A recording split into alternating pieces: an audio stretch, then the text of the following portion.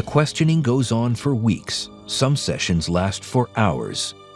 Turn him off and he will not talk. And your goal is to keep him talking. And finally, something within Gary Ridgway cracks. Bit by bit, he starts talking. I don't know if it started at an early age, but sex and hurting the woman. And he loved being able to talk, finally, after all these years. And in doing so, he kind of walked us down the path of all of his murders. At one point, Gary referred to himself as something like the lean, mean killing machine. And he was very efficient, like a machine.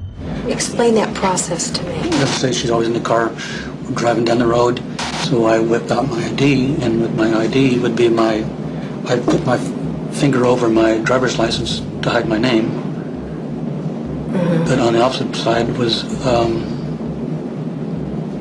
pictures. And a picture of my son. They would know I was probably a normal person. But you were really using your son as part of your ruse.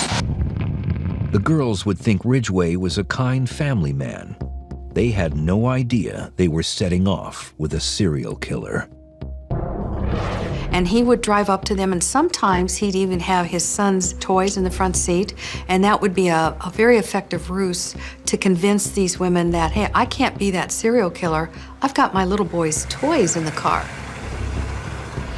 He was a very normal, kind of vanilla type looking person, and there was nothing that stood out about him. Not dangerous. He could have been anybody living next door. He was anybody living next door.